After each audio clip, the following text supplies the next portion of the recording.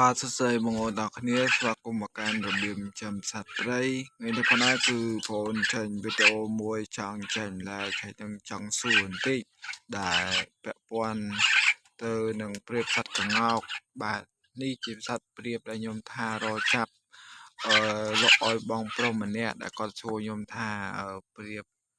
សត្វក្ងោកមកគូមកអីចឹងណាហើយខ្ញុំសួរគាត់ខ្ញុំប្រាប់គាត់ដែរថាគេលោកដូចជាសុំគេ10រៀលអីគីឡូអត់អីអត់អញ្ចឹងណាបងប្អូនបាទហើយទៅចាប់មកបានតែកូនតូលនេះអត់ដឹងថាញីឈ្មោលអត់ទេហើយមកគូនេះចាប់បាន2នេះអត់ដឹងមានញីមានឈ្មោលអត់ហើយខ្ញុំក៏អត់បានតាក់ទងទៅគាត់ក៏អត់តាក់ទងមកស្ងាត់ឈឹងដល់ពេលអញ្ចឹងទៅក៏ស្ងាត់សិនទៅចាំមើលទុកសិនគីឡូផ្ញើទៅរកលេខតាក់ទងទៅគីឡូអត់ដឹងញីឈ្មោលយកទៅបង្កើតអត់បានអញ្ចឹងណាបងអូនអញ្ចឹងទៅក៏អត់បានផ្ញើទៅឲ្យគាត់ទៅតែខ្ញុំមើលទៅដូចញីមួយឈ្មោលមួយខ្ញុំមើលទៅអាលើឈើមើលទៅដូចឈ្មោលបងអូនសម្រាប់អាក្រោមនេះដឹងតែញីហើយអាក្រោមនេះព្រោះអីយើងមើលក្បាលវាមើលក្បាលអាណាក្បាលទូចអានឹងញីហើយតែបានអាក្បាលរៀងធំអានឹងឈ្មោលមើលទៅកប៉ាងអានឹងមើលទៅឈ្មោលរួមទៅខុសគ្នាបងអូនបាទក៏ប៉ុន្តែសត្វព្រាបនេះវាអត់ទាន់ពេញវ័យព្រោះកូនវាធ្លាក់ពីលើសបុកចុះមករកស៊ីខ្លួនឯងចឹងវាអត់ទាន់ពេញវ័យហ៎បងអូនបាទចាំមើលដល់ពេលពេញវ័យมันនឹងទៅស្អាតអានេះនៅខាងក្រៅឡើងសស្គុះហ្មងសឡើងបែបថាសបែបចាំងណាសជាងអាពួកស្រីចាស់របស់ខ្ញុំនេះទៀតអាពួកខ្ញុំនេះអត់ទៅស្អាតហ្មងនេះអត់ទៅសវាអត់ទៅសភ្លឹងដូចពួកនោះគេចេញមកគេសភ្លឹងម្ដងតែខនពូជបូលទៅមួយទេក៏ប៉ុន្តែអានោះកូនកាត់អាខាងក្រោមនោះកូនអត់កាត់ណាអាខាងក្រោមនោះកូនព្រៀបងក់សុតអាខាងលើនេះកូនកាត់ព្រៀបគ្រូកូនកាត់ព្រៀបវត្តអញ្ចឹងហើយវាអត់ស្អាតចឹងតែវាស្អាតដែរតែគាត់វាបែបថាវាសដែរសអត់ចាញ់ចាំងអីចឹងណាបងអូននេះកូនកាត់ព្រៀបវត្តអាហ្នឹងណា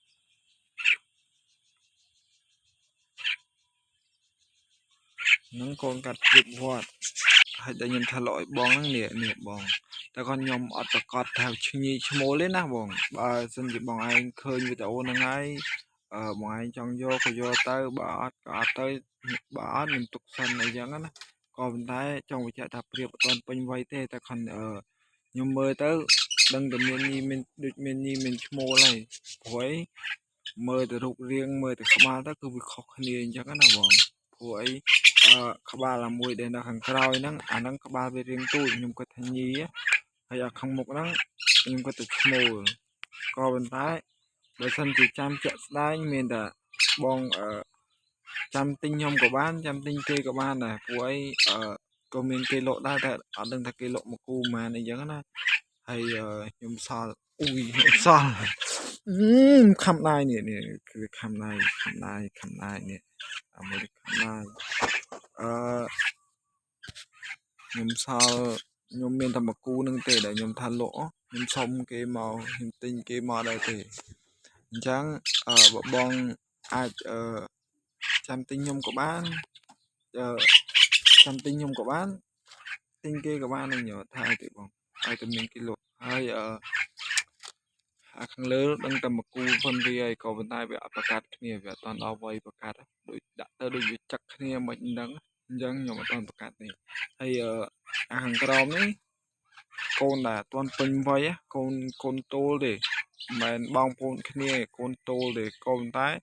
មើលទៅដូចមានញីមួយឈ្មោលមួយអញ្ចឹងណាហើយចាប់យកមកពីរោងមកទេហើយចាំមើលខ្ញុំដាក់មើលចាំមើលវាបានអត់បើបានអានឹងបង្កត់ឲ្យថាញីឈ្មោលក៏ប៉ុន្តែប្រហែលជាចាំមើលសិនចាំមើលប្រហែលជាកន្លះខែទៅមួយខែទៀតសិនព្រោះអី ពួកនេះវាញាប់ប្រកាសទេពួកយកពីនោះមកក៏ប៉ុន្តែបើពួកដែលខ្ញុំកូនកាត់នេះក្រប្រកាសគ្នាអត់ដឹងប៉ុន្មានខែតែជាកន្លះឆ្នាំមិនដឹងអី4-5 ខែហ្នឹងมันវាប្រកាសគ្នានេះពួកនេះក្រប្រកាសគ្នាអត់ដឹងថាប្រហែលខែมันវាប្រកាសគ្នាហើយស្អាតណាពូជមូលហ្នឹងស្អាតហ្នឹងចាំមើលតែគេមកគេបានមកគេយកទៅបាត់ចាំមើលខ្ញុំផុតពូជពួកហ្នឹងប្រហែលខ្ញុំផុតពូជពួកហ្នឹងពួកខ្ញុំឲ្យគេអញ្ចឹងណាពួកខ្ញុំថាឲ្យគេហើយសម្រាប់ពួកអាខ្មៅវិញអត់ផុតពូជទេពួកអាខ្មៅនោះចាំផ្ទះហើយតាណាក៏អត់ចោលគ្នាដែរចាំផ្ទះអញ្ចឹងអត់ផុតពូជទេពួកអាខ្មៅអាហ្នឹងក៏កូនកាត់ដែរបងប្អូនជាមួយអាព្រៀបកងោកសលេខខ្មៅនឹងដែរអញ្ចឹងណាអានេះវាកំដៅរស់ស៊ីអូយផ្សេងវាកោខ្ញុំពេកហើយនេះវាកំដៅទីអានេះឈ្មោះអានោះមេអាហ្នឹងមេដឹងអាហ្នឹងមេដឹងអាហ្នឹងឈ្មោះនេះបើខ្ញុំស្រុំនិយាយ